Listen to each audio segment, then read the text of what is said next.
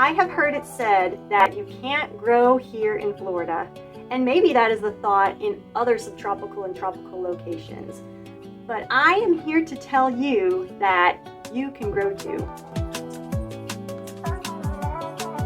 Hey everyone, Natissa here on the Subtropical Florida Gulf Coast, Zone 10. And yes, you can grow here. A lot of it is about the timing and what you grow. My prime time for growing is actually through our fall and winter season. That is when I grow a lot of our common food crops that we are very familiar with. But in my spring and summer, I need to grow different food crops. In this video, I'm going to show you a lot of the perennials and some easy annuals that I am growing in my garden that is keeping me growing food throughout my extreme spring and summer season. Yep, Minu's back. There she be, wandering around. This video is not about giving in-depth information about each of these plants because that would be information overload because I have so many I have listed here. But I want you to be able to leave this video with a huge list of plants that you may want to try too. In somewhat of an alphabetical order, let's get started. And we will start with beans. In the spring and summer, I don't really grow a lot of the common green beans. What really works in my hot and humid climate are what is known as noodle beans, also known as long beans, asparagus beans, Asian long beans. There's so many different kinds, and the one showing to be way better for me so far is the Thai soldier long bean. And I'm also trying a new one called the Guyana long bean. It's looking really good out there so far, even compared to the other noodle beans I was just retrying again. So that one we're still on the lookout for, but Thai soldier long beans. Cowpeas. Cowpeas are annuals, same with the noodle beans, they are annuals as well, but the cowpea is very drought tolerant, is okay with our heat and humidity as well, and the one that I do is the common black-eyed cowpea. It seems to produce very well for me. It's just a small little plant. I have them growing in a lot of my pots right now, and I'm going to do a little video about that in the future. You can eat them fresh and young, but I like to use them as dried beans. Pigeon peas. If you are living in the subtropics and tropical climate and you don't freeze, get in your pigeon peas. They get to be like a tall tree and they bloom beautifully, and it usually starts blooming in our fall time and starts forming its beans in the winter. And I let them dry on the plant and then I pick them and shell them, and then I have, technically maybe they're not a bean, but I think of them as dried beans. And you have food for later. But it grows so well, so beautifully, it thrives here. Another bean that is considered perennial, and I grew it a couple years back with great success. It was actually one of my best looking plants through the summer, and it was the winged bean. And these past 2 years, I haven't been able to grow it too well because it has been drier and it does need nice, good, moist soil. And these past 2 years, I've been struggling with it, but I still have it on my list because it did do so well. And not only did it do so well, but as my summer crops are fading and right before my fall and winter crops are coming in, the winged bean starts producing. So around the fall time when the days are getting shorter. But great plant to try, and they do form tubers in the ground and they can come back, and I've had one come back, but bottom line, they grew well. Put that on your list. There are two new beans I am going to try. These are considered, well, one of them is considered annual, and that is the Puerto Rican black bean. Like I said, first year, we'll see, but there are a lot of people in my subtropical area that just talk of how vigorous and big producer it is, so we'll see. Also, the perennial Madagascar lima bean. So I have that in one of the beds. We'll see what it will do. It is said to be drought tolerant and do well with our heat and humid climate. So, it's still out there. It's still going. I know I'm saying a lot of these new things, but this is one I just had to mention, and I hope to talk more about it in the future as I see it grow. But cactus, it's edible cactus, and very excited because in the description it sounds like it's going to do very well in our climate and also our very sandy soil. One of my favorite things to grow, and I have such trouble growing, is the cucumbers. Specifically, this is not an actual cucumber that you are very familiar with. It is a relative of the cucumber, and it is called the Indian burr-gherkin.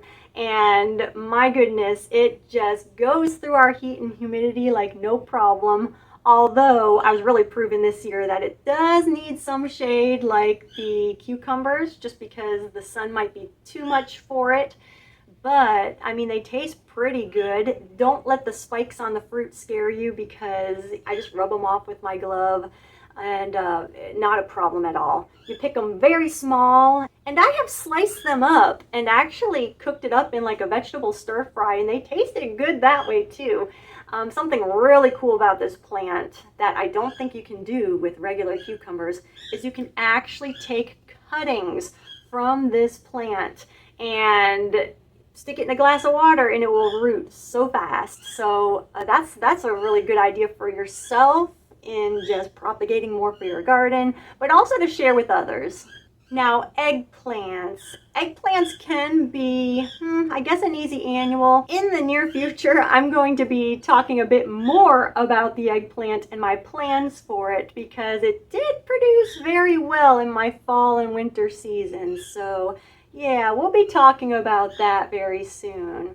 But that can handle some heat and humidity as well when you get it growing strong.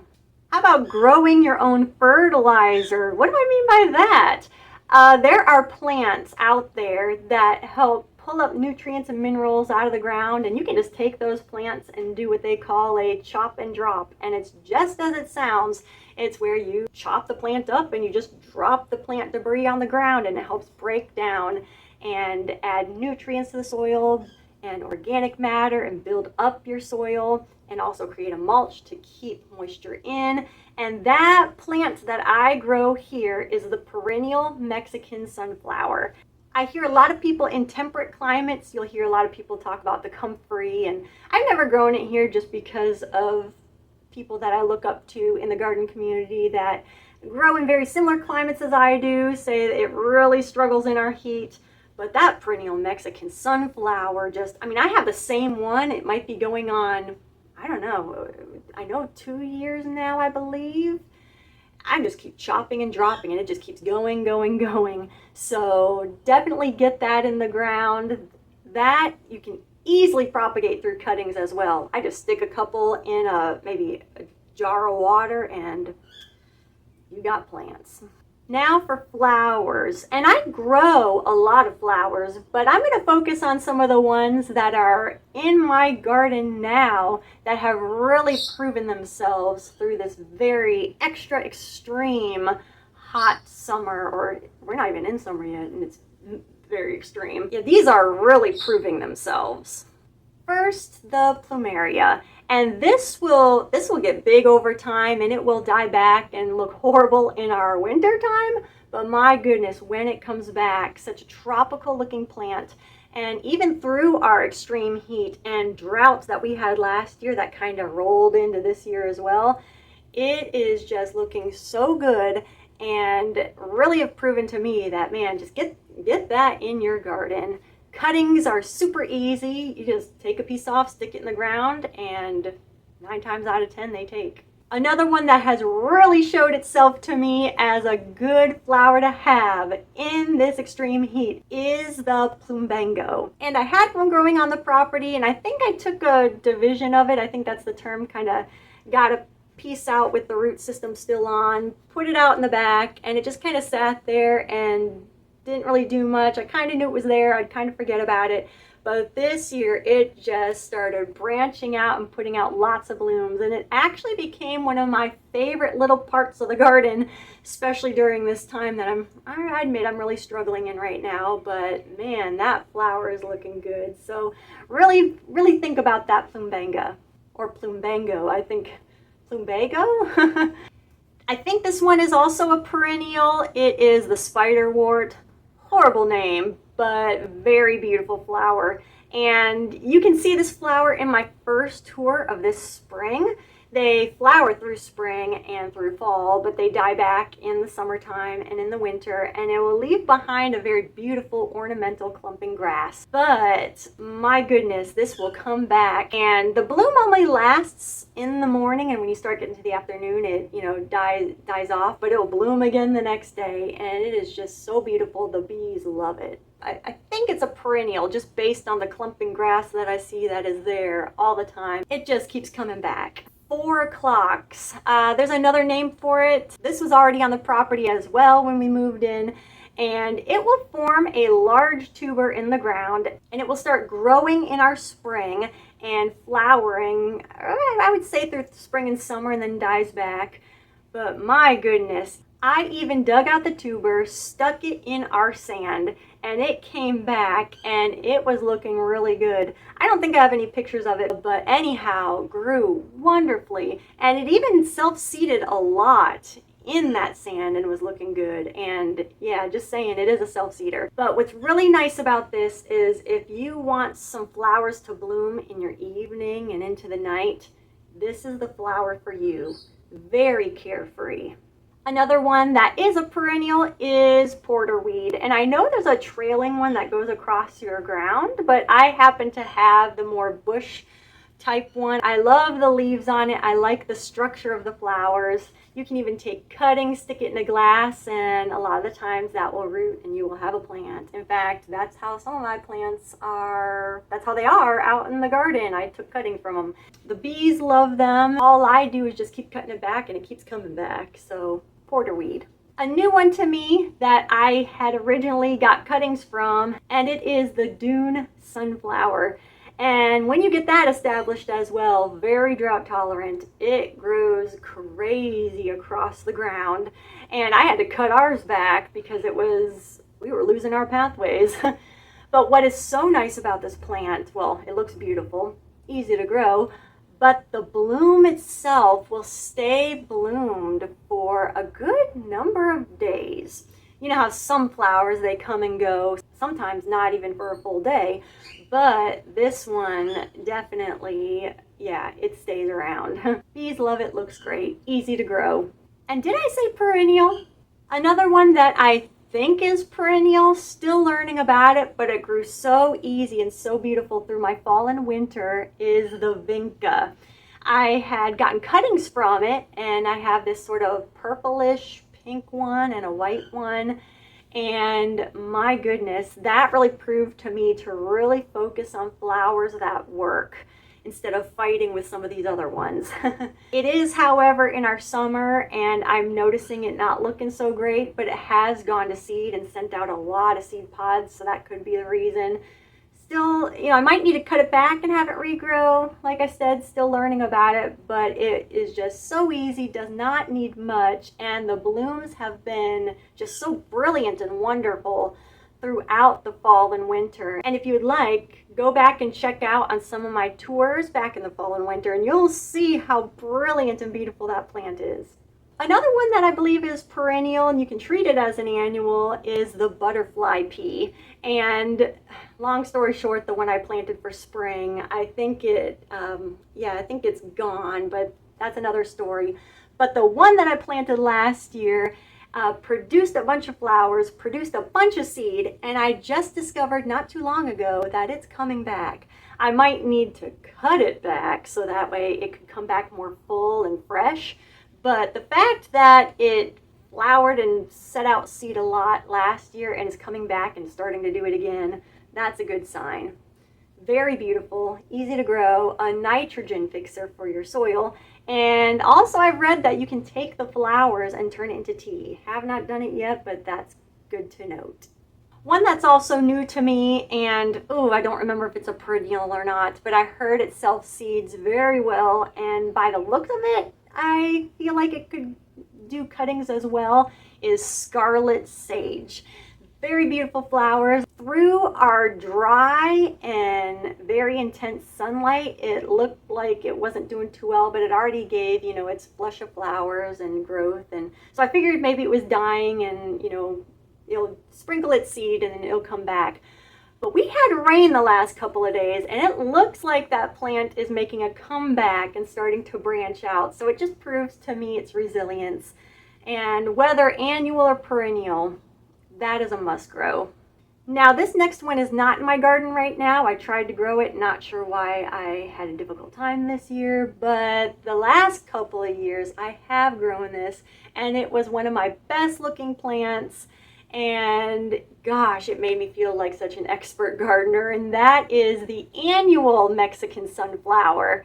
I think there's relation to the perennial Mexican sunflower, but this is the annual one with beautiful orange flowers.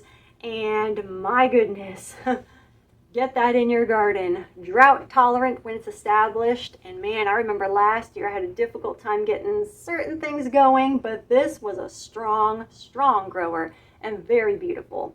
Now here are my list of fruits. I do want to get better at getting more fruit production on my property, but these fruits have really been showing themselves to be, they have my attention. The passion fruit, oh my goodness. If you have seen my past tours, you have seen that I have a passion fruit vine growing up my front yard tree. And I planted that last year. And the fall and winter time, I kept tally, I kept notes on everything I was harvesting. And that plant produced about 200 fruits. I lost about half, but I did get about half of that for us to eat. And to be exact, we got 99 fruits. That is a lot.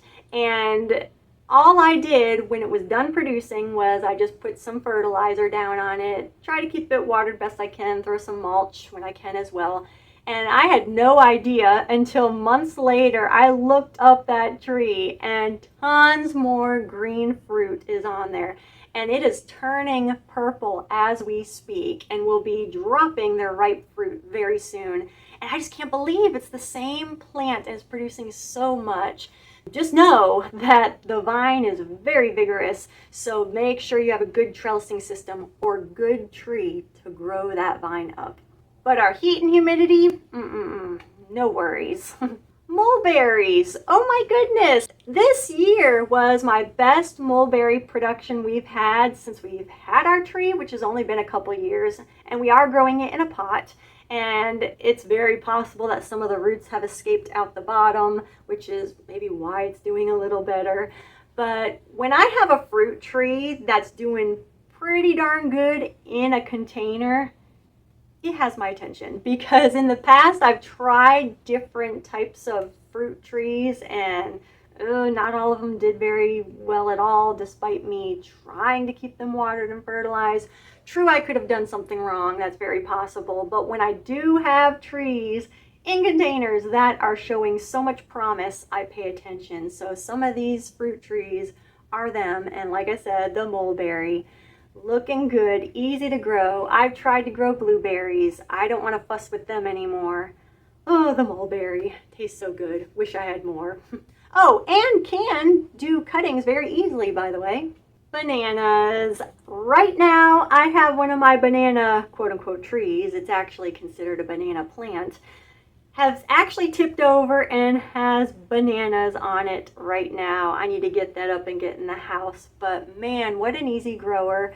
You do need to have good soil, like filled with organic matter, lots of water, lots of sunshine, mulch that area heavily, give it as much nutrition as you can with fertilizers and all that. Make your own compost tea, that's another way. I've been dumping food scraps and piling it with mulch. But despite not my best soil, because, I mean, we set it up best we can, but it's not as good as it should be. And it's growing underneath my oak tree, and we've had a drought and all this stuff that's going on. It's still producing me some bananas. So that's testimony again to me how easy they grow, and it produces a lot of food.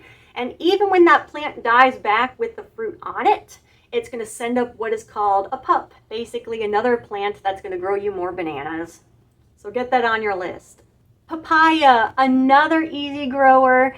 In fact, I've seen this grown in just nothing but sand and with no care, and it still grew fruits. Doesn't mean that it was growing its best, but it was still producing fruits. And here at my house, I've had so many different papayas just popping up from animals spreading its seed. And we've gotten a number of fruit from it, and it's just so easy and so fast. It's just, why not? I'm not a fan of the papaya raw, but you can eat them green, like cook them and do dishes with that. And I want to experiment more with that. Also with dehydrating the fully ripe fruit, because that might change its taste and maybe I will like it more. But papaya, they seem kind of almost indestructible to me. Oh, you can't really grow cherries here. I mean, I haven't fully tried, but the Barbados cherry, you absolutely can. In fact, the one I have here is growing underneath my oak tree, and we've only had it a few years, and it has been fruiting. And the more we go, the more blooms it is producing. The only thing right now is our temperatures are in the 90s. And you may know that when your temperatures get high like that, flowers cannot be pollinated, and that means you get no fruit and no seeds. But it does flower multiple times in the year. So I might not get fruit now, but I will be getting fruit later. The Barbados cherry. Grapes. What a strong grower that is. A wonderful perennial that dies back in our fall and winter, but then just kind of comes out of spring, and it's one of the first fruits that we have coming out of our garden, as long as the wildlife doesn't get it. I will admit I'm not entirely fond of the varieties I'm growing right now, but just looking at the vigor of these plants growing, I have to put it on the list. Grow some grapes, find the variety that you like, find what works best for you. I hope to someday get some muscadine grapes on the property, because I have come to really like those. So get some grapes going. Also, I am not an expert pruner by any means, but we've been growing this, since we pretty much started gardening, which was back in 2019, but we really got into it in 2020. And I prune it back every year, and I'm not, like I said, not an expert, but I just do my best, and we're still getting decent fruit from at least one of them, and I think it's a variety thing. But yeah, just find the grape that works for you. Now, I mentioned to you that we are in 90-degree weather already, not officially summer yet, and some of my fruit trees that I'm actually mentioning to you in this list are not fruiting because it's just too hot. But this tree, I've heard it called the cotton candy tree, cotton candy berry, I think also called Jamaican cherry. And this thing is fruiting, and the fruit does taste like cotton candy. It is just loaded. And again, this is growing in a pot, which, like I said, I don't grow fruit trees in pots too well. And it's growing in the shade of my oak tree, and it's still doing quite a lot. It's got my attention. So check out that cotton candy berry, cotton candy tree, Jamaican cherry. There you go, all the names. This next fruit tree, yeah, it's not producing right now because of our temperatures, but it is showing great promise. It is very unique indeed. Have you ever heard of a peanut butter tree? This fruit tree tastes very much like if you had peanut butter and jelly mixed together. And it's not super insanely sweet. I mean, it's still sweet, but gosh, I feel like you could just spread it on bread and there you go. We did plant it last year, and this is when we had a very extreme summer, and that was like the start of our drought that's kind of like looping into this summer, which has been extra hot as well. So again, despite the very difficult factors up against it, and the fact that it's growing underneath my oak tree as well, and it's pretty sandy where it's growing, and it's still flowering and still really putting up a good fight, it has my attention. Try it out, the peanut butter fruit tree. This last one I'm going to mention, I don't know why, sometimes I see it as like a fruiting plant, but it is the roselle. Now, this one you can eat the leaves. There's different varieties, but this one I'm talking about has green leaves. You can eat the leaves. They have a very lemony taste.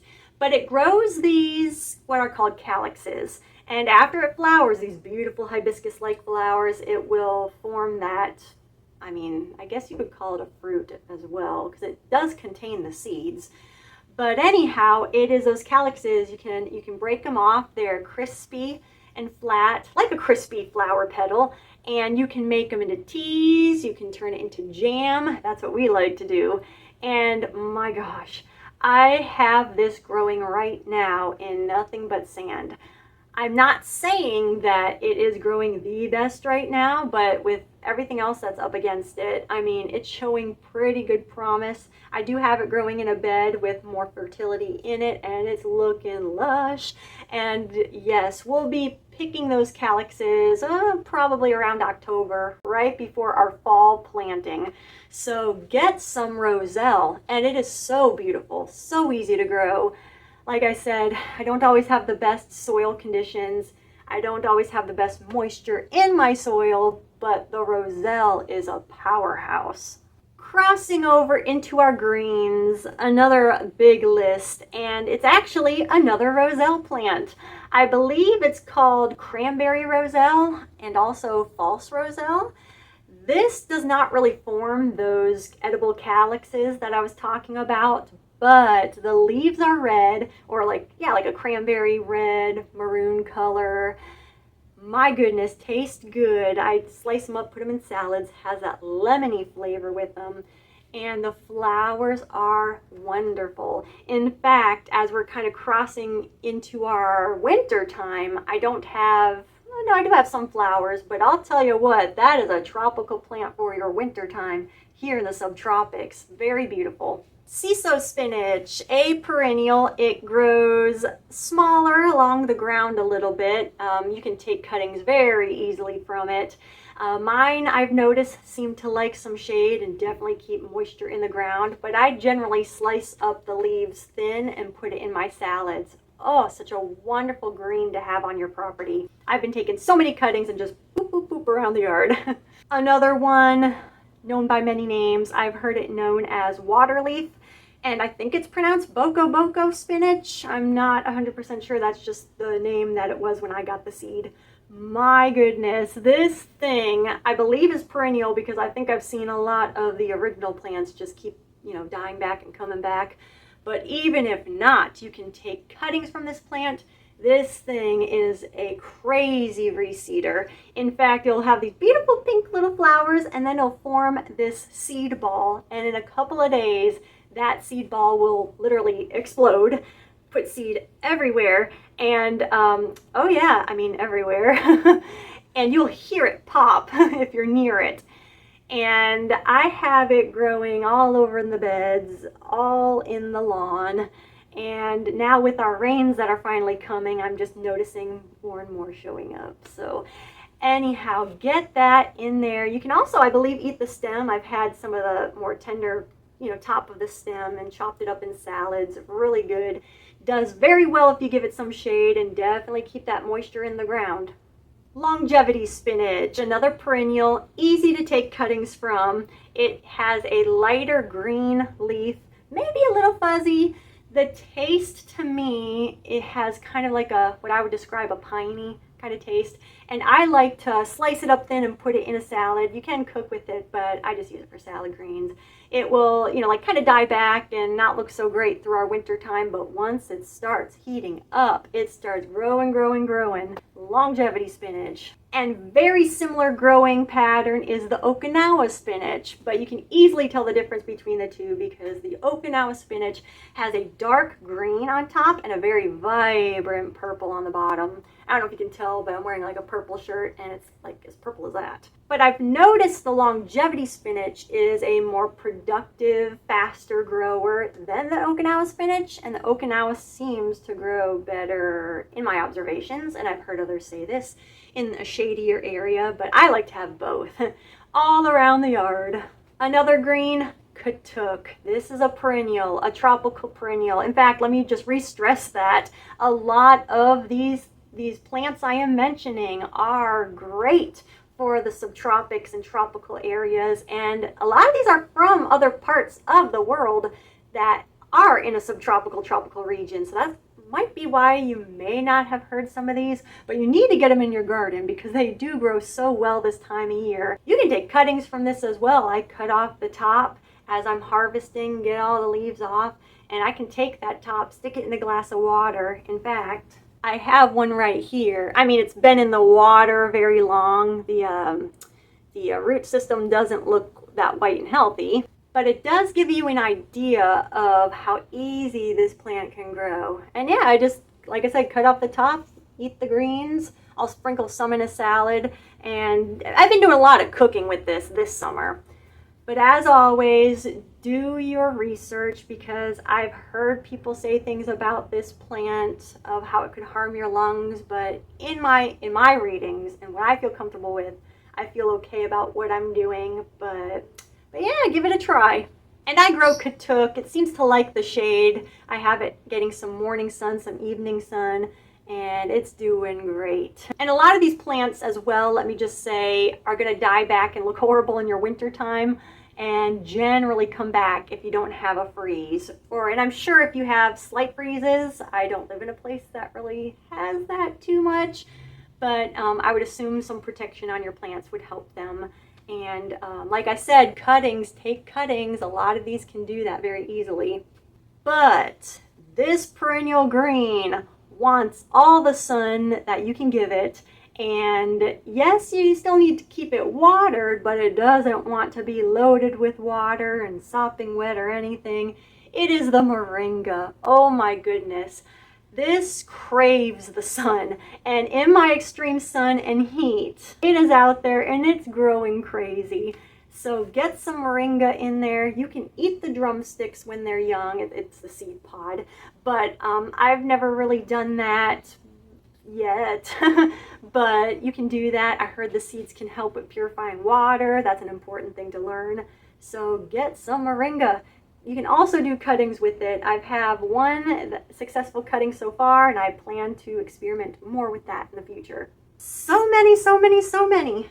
Another one is chaya. Now this also can take cuttings from easily and plant it. It loves the sunshine, but you need to cook the greens first. And the reason why you need to cook it is it does have cyanide in it, but like I said, do your research. You can cook that poison out of it. And a lot of plants that we eat, a lot of fruit crops and all that kind of stuff, there are toxins in just about anything when you start researching it, and it can feel a little scary.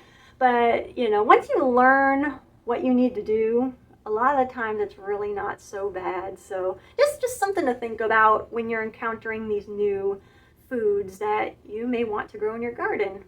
This is an easy annual to grow. I'll grow many of these, and if one or two of these it'll take strong, and that's all I need. And that is Egyptian spinach. Very drought tolerant, craves the sun as well. So get that in your garden.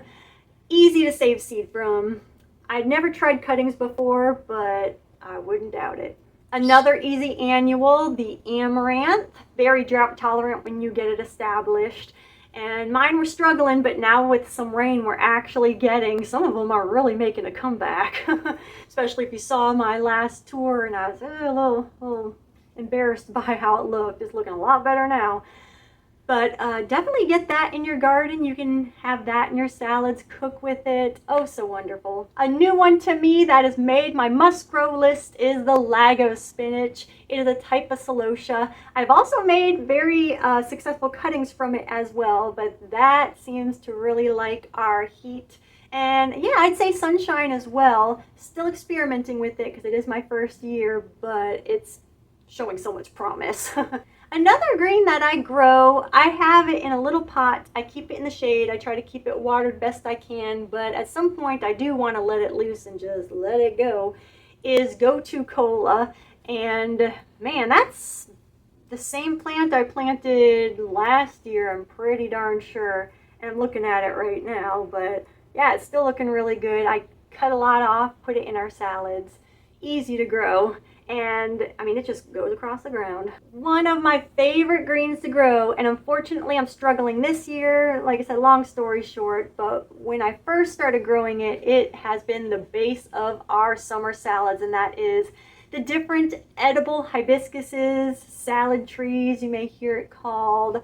There's different kinds, and my goodness, the one I had growing super successfully the first year I grew it, because I prepared the ground well as I could for it, unlike this year. It grew leaves the size of my large dinner plates. Get into growing that. You can take cuttings very easily from it. And I usually do it at the end of summer, early fall, and just have them growing, getting them strong, kind of protecting them through winter. And by the time things start warming up, getting them in the ground, and you have salad for the summer.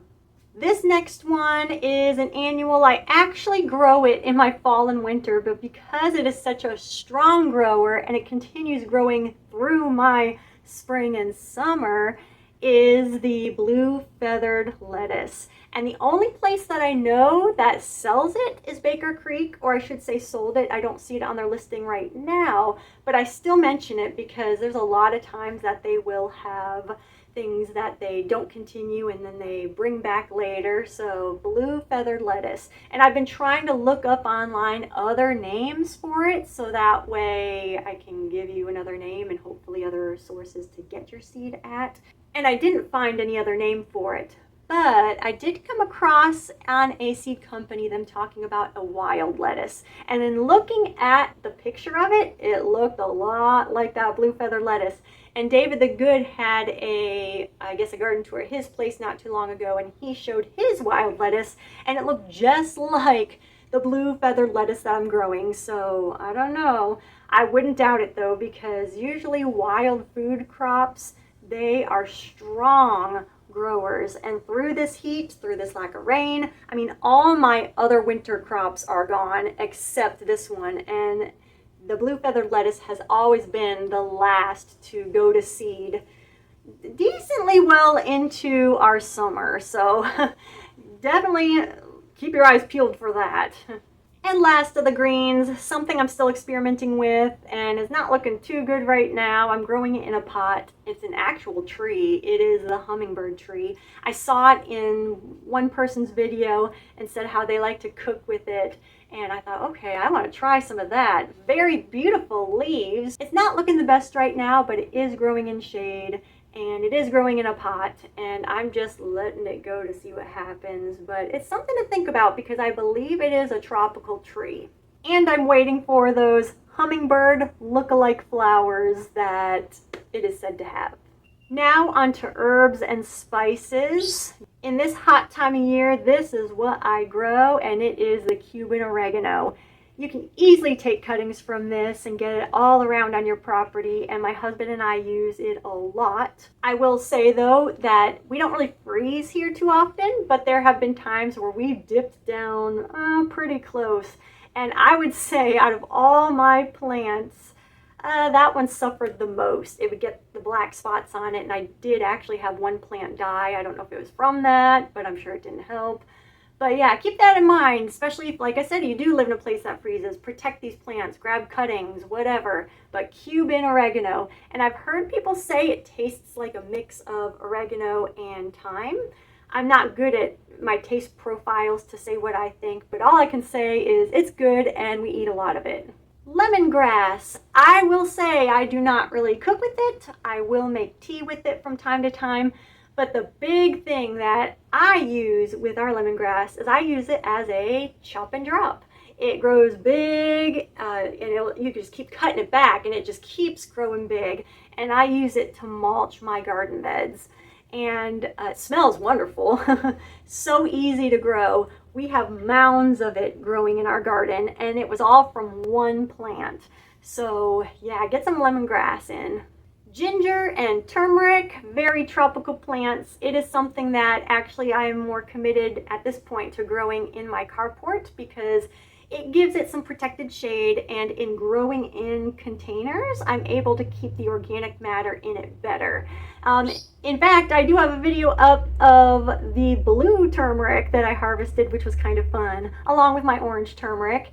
And in that video, I came across a very interesting discovery that you might want to take a look at, because is it common with other turmerics? I don't know. It was new to me. And I did have a follow-up video on explaining more of what it is that I found. And then I did a little experiment with it. And a little spoiler alert is my experiment has worked. So yeah, turmeric, ginger, grow it this time of year. A new one to me is a perennial basil, the African blue basil. And from my understanding is it does not go to seed. It does produce a lot of flowers, but you propagate it through cuttings. And that's something I have been doing here. So something, like I said, I'm still experimenting with, but now it's on your list too. I have had good luck in the summertime with lemon basil, purple basil, and Thai basil, and those are annuals, so in case you want some more variety. A new herb to me is Bolivian coriander, with this crazy name I'll put up right here.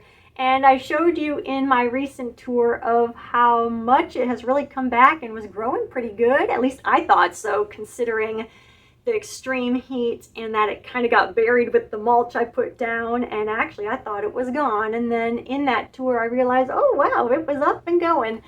I will say this though, a couple days after that tour, that plant died immediately, and I thought it was the heat. But I can't prove it now because too much time has passed, but I think it was actually a mole or some sort of underground critter that just like nailed and hit the root system hard. That wouldn't be the first time that has happened. So I'm just saying that just because I lost it now. But from what I saw in its growing in the extreme heat and being buried by that mulch, and to have it come back and just not have a blemish of any trouble on it, it's worth trying. Very interesting taste. The best way I can describe it, it's like burnt pine with a citrus taste to it. Very strange, I know. But I just don't know what to pair it with and all that. But I just am experimenting with herbs and spices, especially if it can grow well here in the spring and summer during our heat. I'm willing to give it a try. So try that Bolivian coriander. Another new one to me I never heard of before, and I don't grow bulbing garlic at this time just because I've heard and I can imagine it being a very difficult one to grow, and I'm finding all these wonderful substitutes instead, and that is the garlic vine. I have not done much cooking with it yet. It's not really a fast grower, so I'm just kind of letting it do its thing. It's still kind of new in my garden. I have had a young tender leaf, and I'll tell you this, it was the best garlic taste I've ever had. So I'm very looking forward to working with that some more. And also new in my garden is society garlic. I just got that not long ago, planted it out in the garden, pretty, sandy soil. I tried to mulch around it. It is in direct sunlight and it is holding up very well. I admit it was struggling before our rains started coming in, but now we have had a number of, a few rains since the time I got it till now. In fact, it looks like it even might start raining soon. But that society garlic is starting to really look good, so it's very promising to me. And that's the thing, like I said, with where we are in the subtropics, we might not be able to grow some of the common things that we're familiar with, but there's a ton of substitutes out there that really do taste good and grow wonderfully here. What's not in my garden right now, but I've had great luck with, is the Egyptian walking onion. And long story short, I might have killed it in its dormancy by overwatering it. Or in my area, we don't get that cold here, and some plants need a nice cold period in order to survive and go to seed and all that. But I will say that, for 2 summers in a row, that produced a lot of green onions. So in the future, I do want to experiment more with perennial onions, but that's something to put on your list too. And the last spice that I'm growing that I admit it has not flowered yet, maybe it needs a couple of years to do so, I'm not sure. But we bought it in about 4-inch pot and now it's grown to, decently wide. It is cardamom, and that has been a spice that we have really learned to like and found that it can grow well here. So, I mean, it's looking good. We'll see. Now you might think I'm going to talk about okra because you hear everybody talking about it being a crop that loves the heat. But for some reason I'm having a lot of trouble with it in our spring into summertime. My most productive and best okra I've ever grown was actually through our fall. So again, this is a crop I'm going to be talking about more in the future. Now for peppers. I can grow peppers here very, very well. But again, when it gets super hot and the sun is very intense, peppers need a lot of shade. And there are some peppers I'm thinking about maybe starting later in the year. Again, we'll get into that. But I don't know if this is the proper term, but I do need to think about, I'm going to put it in quotes, tropical peppers. There are peppers that originate from other parts of the world in tropical climates, because when we normally think of peppers, we are thinking of those bell peppers that are in the grocery store, and those are harder to grow, prone to more disease, not very that productive, but there are other peppers out there. So if you are in the subtropics or tropical climates, think of other things growing in other parts of the world. Peppers is one of the things I'm going to look into more. I will say this, that the Arroz Campolo pepper, I don't know if it goes by any other name, but that was the best pepper I've ever grown. It does have a very different taste than other peppers. I think it's known as a seasoning pepper, but that really showed me to think about those tropical peppers. Roots and tubers. Sweet potatoes. You hear everybody talking about sweet potatoes. So easy to grow. Once you get them growing, they will forever be in your garden. That's not necessarily a bad thing. They're easy to get started. You can even use sweet potatoes from the grocery store as long as they're not sprayed with anything. In fact, that's how a lot of my sweet potatoes got started. I have a video on how to grow sweet potatoes and my harvest as well. A super easy root crop to grow is cassava, also known as yucca. And gosh, so easy. You do not need much fertility in your soil. In fact, not even much organic matter in order to grow a lot. So, not saying that it's going to grow the best, I'm not sure. But all I can tell you is it's still going to grow you something and grow you a lot. And I have a picture here of a harvest of 2 plants, and it was 20 pounds of root. So that's something to think about, and I want to experiment more with that in the future. So get cassava in the ground. Another, I guess you could say, tuber crop, and I have a video of this on my surprise harvest of it, and that is jicama. And my goodness, there's a reason why I said a surprise jicama harvest, because it wasn't growing in the best of conditions, and I really didn't think I had anything in the ground. But man, it grew me, I don't remember the exact number, but I think a couple plants gave me almost 9 pounds. But either way, very easy to grow when I just did it in that container.